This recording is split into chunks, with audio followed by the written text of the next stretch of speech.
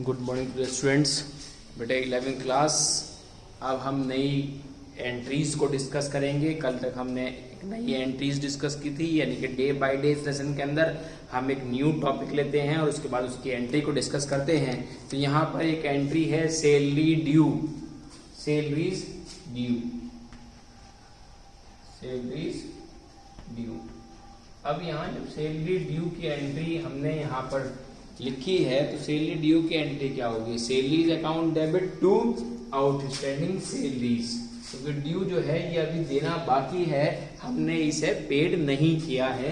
तो यहाँ पर हम लिखेंगे सैलरीज अकाउंट डेबिट,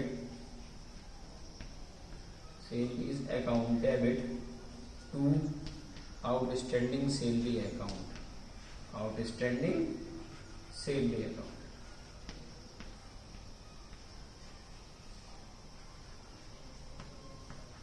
इसको आप यहाँ पर डेबिट साइड में एक अमाउंट क्रेडिट साइड में यहाँ पर आप इसे ट्रांसफर करेंगे। उसके बाद नेक्स्ट हम एंट्री लेते हैं डेप्रीसिएशन प्रोवाइडेड ऑन फर्नीचर। अब देखिए डेप्रीसिएशन जो है वो हमारी एसेट्स की वैल्यू के अंदर डिवैल्यूएशन करता है, यानी कि उसे कम करता है। तो यहाँ पर डेप्रीसिएशन ऑन फर्नीचर, हमारे पास जो भी एसेट्स होगी, हमेशा ध्यान रखना कि डेप्रीसिएशन हमेशा एसेट्स पर चार्ज किया जाता है, स्पेशली फिक्स एसेट्स पर। ठीक है, तो यहाँ पर डेप्रीसिएशन हमने फर्नीचर पर चार्ज किया है। तो डेप्रीसिएशन जिस पर चार्ज किया जाता है तो depreciation account debit, depreciation account debit to, हम किस पर चार्ज कर रहे हैं बेटा? टू फर्नीचर अकाउंट, फर्नीचर पर हम चार्ज से कर रहे हैं, टू फर्नीचर अकाउंट।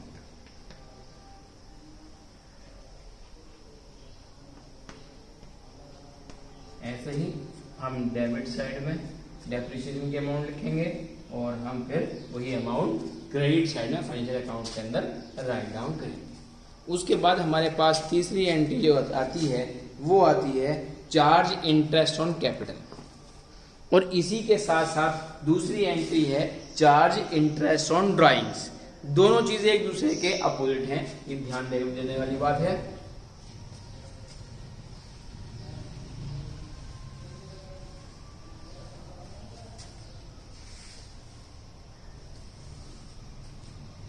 यहां पर अब हम interest on capital charge, third entry हम यहाँ डिस्कस करेंगे, charge interest on capital, interest on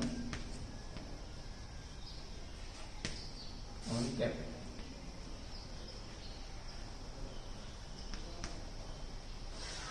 ठीक, जब चार्ज हमने इंटरेस्ट ऑन कैपिटल किया है तो हम जो इंटरेस्ट चार्ज करेंगे कैपिटल पर उसे हम डेबिट में लिखेंगे।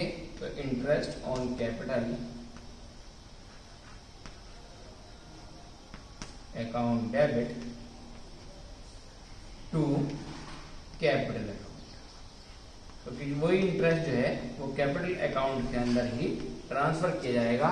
मान लीजिए किसी की 1 लाख रुपए जो है वो कैपिटल इन्वेस्टमेंट किया है उसने, और उसे 10% इंटरेस्ट ऑन कैपिटल जो है उस पर चार्ज किया जाता है। तो 1 लाख का 10% 10,000 हो गया। आप यहाँ पर भी इंटरेस्ट ऑन कैपिटल 10,000 और फिर कैपिटल अकाउंट के अंदर 10,000 इससे ट्रांसफर करें। उसके बाद इसी चीज को हम थोड़ा सा अपडेट करते हैं, charge interest on drawings, charge interest on drawings.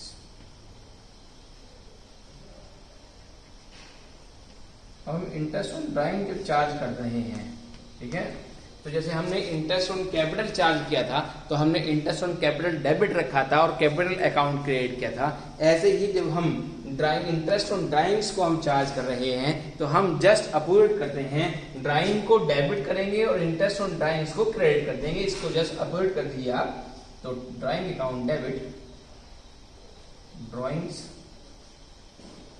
Account debit to interest on drawings.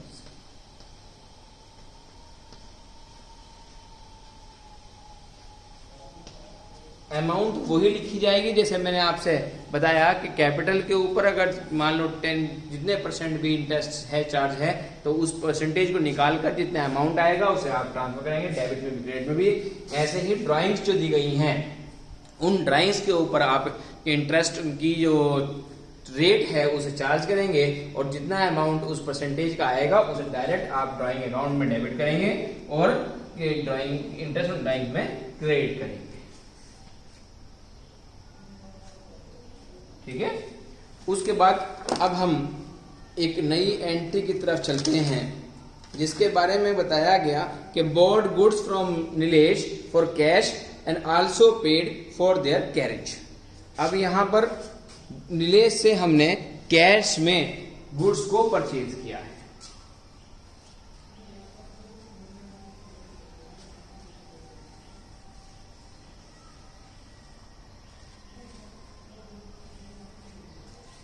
अब यहाँ इस एंट्री में, इस ट्रांजैक्शन के अंदर आप ये सोचते हैं कि अगर किसी भी पर्सन का नाम आ जाता है तो वो एंट्री उधार की हो जाती है। बिल्कुल सही बात है, लेकिन अगर उसने उस नेम के साथ साथ कैश वर्ड का यूज किया तो फिर वो ट्रांजैक्शन आपकी क्रेडिट की नहीं रहती बल्कि वो कैश में ट्रांसफर हो जाती है। तो यहाँ पर उसने यहाँ पे एक चीज ऐड की है कि bought goods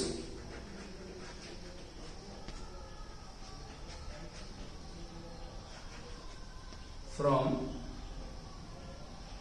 Nilesh, bought goods from Nilesh for cash 10,000, for cash 50,000, and paid 1,000 for carriage.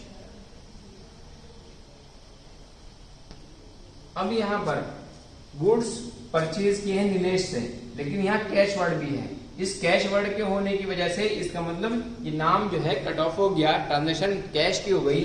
अब आप और उसने पेमेंट की है कैरेज की भी, यानी कि आने जाने के लिए जो खर्चा किया जाता है, रिक्शा का हो या ऑटो का हो या किसी और व्हीकल का हो, तो वो भी यहाँ पर हमें मेंशन करना पड़ता है।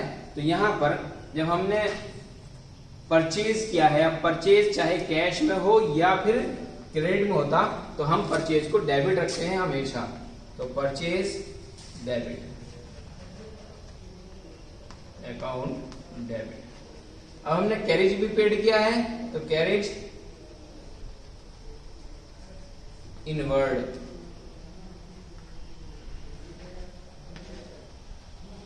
Account debit. अब यहां पर ये बताओ कि टू क्या आएगा। ठीक है, टू क्या आएगा। अब क्योंकि हमने यहां पर गुड्स बॉट किए हैं कैश में तो कैश आ जाएगा। पेमेंट की होती चेक से तो बैंक आ जाता, और अगर ना कैश ना बैंक होता, खाली नीलेश का नाम होता, ये वर्ड नहीं होता फॉर कैश, तो फिर यहाँ नीलेश का नाम आप शो कर देते। तो यहाँ पर आपने 50,000 तो शो किए हैं किसके, परचेज के। कैरेज इनवर्ड कितना है 1,000, तो कितना टोटल हो गया कैश में 51,000। आपने ये गुड्स आपके खर्चा हुआ है, सामान खरीदने से लेकर और लाने ले जाने तक घर तक, वो सब खर्चा 51,000 का हुआ है। उसके बाद यहाँ पर एक ट्रांजैक्शन आपकी कि machinery purchase 3 lakh and wages for 25,000 paid for instalment. अब यहाँ पर इसने मशीनरी परचेज की है 3 लाख रुपीस की, लेकिन वेजेस भी पेड करे हैं। ठीक है, फॉर इंस्टॉलेशन। अब वेजेस जो दी है वो वर्कर को दी है, और उस वर्कर को जिसने वो मशीन का इंस्टॉलेशन किया है उसे 25,000 रुपए उन्होंने दिए हैं। अब इसके अंदर ये नहीं लिखा कि मशीनरी जो परचेज की गई वो कैश से की गई या क्या कहना चाहिए, उन्होंने किस तरह से उसको ट्रांजैक्ट किया है, वैसे देखा जाए तो जितनी भी इंडस्ट्री एस्टेब्लिश करने के लिए या फैक्ट्री एस्टेब्लिश करने के लिए फिक्स एसेट्स का परचेज किया जाता है तो वो चेक के थ्रू होता है। तो ऑटोमेटिकली जो इंस्टॉलेशन करना है मशीन का वो कैश होता है। तो यहां पर आप ये कह सकते हैं, इस बात के लिए देख लीजिए,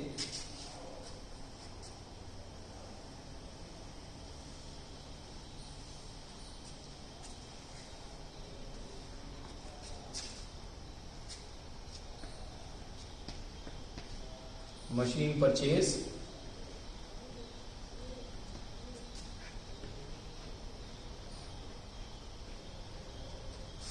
$3 lakh and paid 25,000 for installation।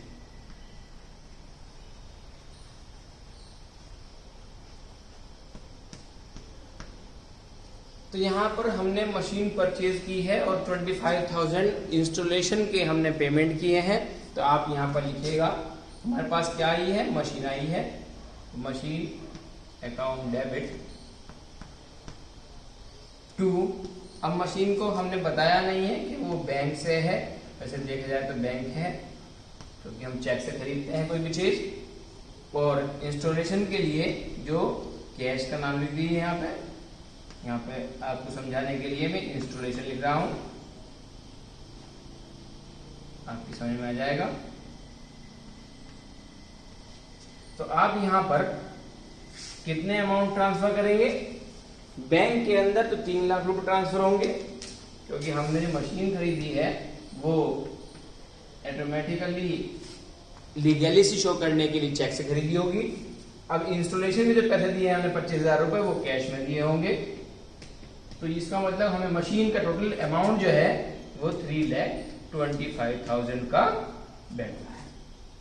तो हमने यहां पर इसके अंदर ये कॉन्सेप्ट नहीं था, हम इसको दोनों को हम कैश समझ सकते थे, लेकिन इसलिए नहीं समझा है कि इंस्टॉलेशन जो है वो वर्कर करता है और वर्कर को हम वो कैश पेमेंट कर सकते हैं, लेकिन मशीनरी क्योंकि बहुत अमाउंट की होती है और हम जो है किसी इंडस्ट्री को जब एस्टेब्लिश करते हैं तो अपनी फिक्स एसेट्स को हम लीगैलिटी के पॉइंट ऑफ व्यू पर बैंक से या चेक से क्या कहना चाहिए उसकी पेमेंट करते हैं। तो ऑटोमेटिकली वो दिया हो ना दिया हो, अगर वो फिक्स एसेट्स है तो हम उसे जो है परचेज कर रहे हैं, तो इसका मतलब हम उसे चेक से पेमेंट कर रहे हैं, इसका मतलब बैंक आ जाएगा। और हम यहाँ पे इंस्टॉलेशन कैश से कर रहे हैं, तो इसलिए हमने कैश अकाउंट के नाम पर 25,000 राइट डाउन किए हैं। तो दोनों मिलाकर आपकी जो मशीन की अमाउंट ऑफ बैठती है मशीन अकाउंट के अंदर वो 3,25,000 बैठती है।